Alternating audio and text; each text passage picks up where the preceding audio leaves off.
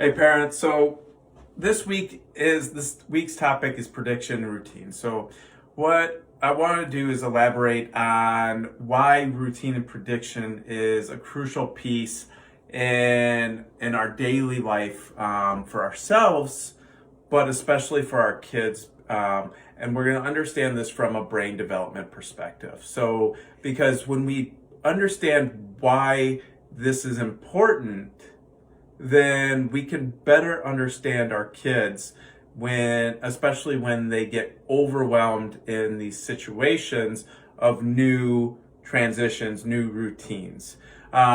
So we know that from a brain development perspective, we know that babies aren't born with fully developed brains. We know that as we move through development, we start to process our world more efficiently. We start to get more efficient tools in processing our world. Now, when it comes to the ability of having visualization, to have that prediction of what's going to happen in situations, especially new situations, that isn't something that our kids have right away. That's something that they later on in development that they start to develop the skills and that ability to do that. So, when we have this expectation that these things shouldn't be any different for our kids compared to ourselves, well, that's not true. So, so when we look at this, if we throw a new routine, if we throw a new thing at our kids, we are throwing a demand that they just most likely are not there yet in development, and they're not efficient yet in processing their world in visualization. So in this visual cognition. Now, I've gone over this before, but this is kind of the trajectory of brain development. So if we throw a demand on our kids, so new routines, just anything, COVID, throwing a whole new world in there, that is a lot of demand, especially depending on what else is going on with them, with their life, with their brain development perspective. But if we throw a demand and they're just not there yet in development, well, we're going to see deflections. And what I mean by deflections is we're going to see behaviors, learning, or socialization challenges. So if we throw a demand here and they're just not there yet, we're going to see deflections. Now, those deflections are going to be more likely wherever they are efficient. So if that's in movement touch, that may be hyperactivity. That may be just focus issues. That may be just the really kicking and hitting type things. Even if we still have maybe some primitive reflexes, we may see a lot of aggression in these things, or auditory verbal. So one, we have to understand where they're at in development. And that's why there's no purposeless behaviors. Behaviors are always a window into the brain. So when we throw a demand, again, that they can't process, we're going to see deflections.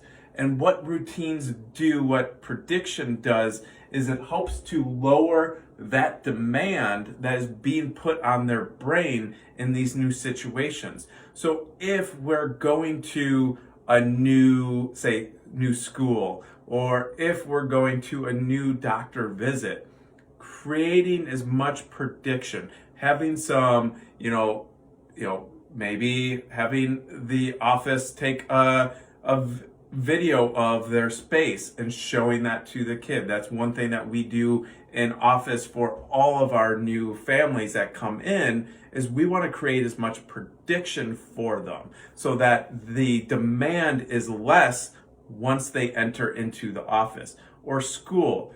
Take them to the school, obviously right now with virtual learning, but when we do go back to school, bringing them to school, setting up a time of, bringing them to school maybe before school starts and having them walk around, having them go to their classroom, or if we're, doing something new or taking a trip, start walking them through and provide them different things. They may be more efficient with pictures. They may be more efficient with you writing down what you're going to do, having a checklist.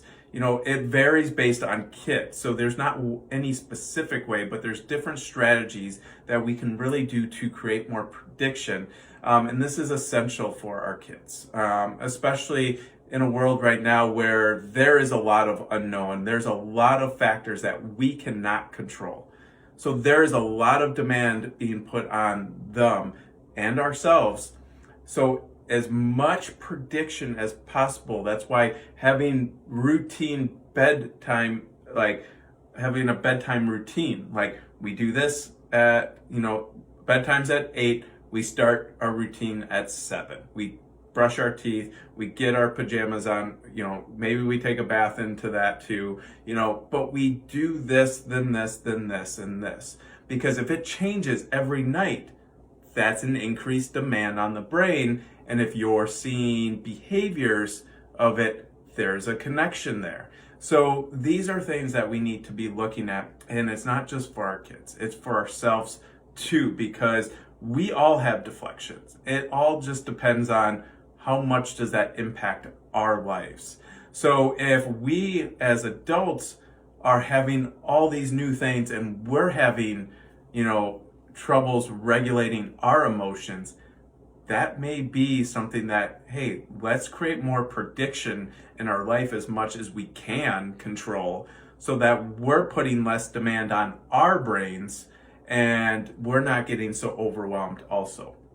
So this is why, I felt like this was a very important topic to talk about this week because especially heading into the holiday season, we need to create prediction for them. As parents, as providers, educators, we need to provide as much routine, as much prediction for our kids as possible because there's a lot of things in our lives that we can't control. So let's start controlling more of the things that we do.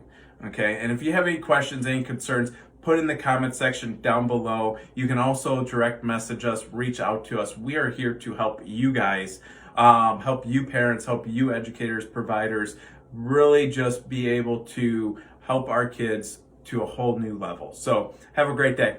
Bye.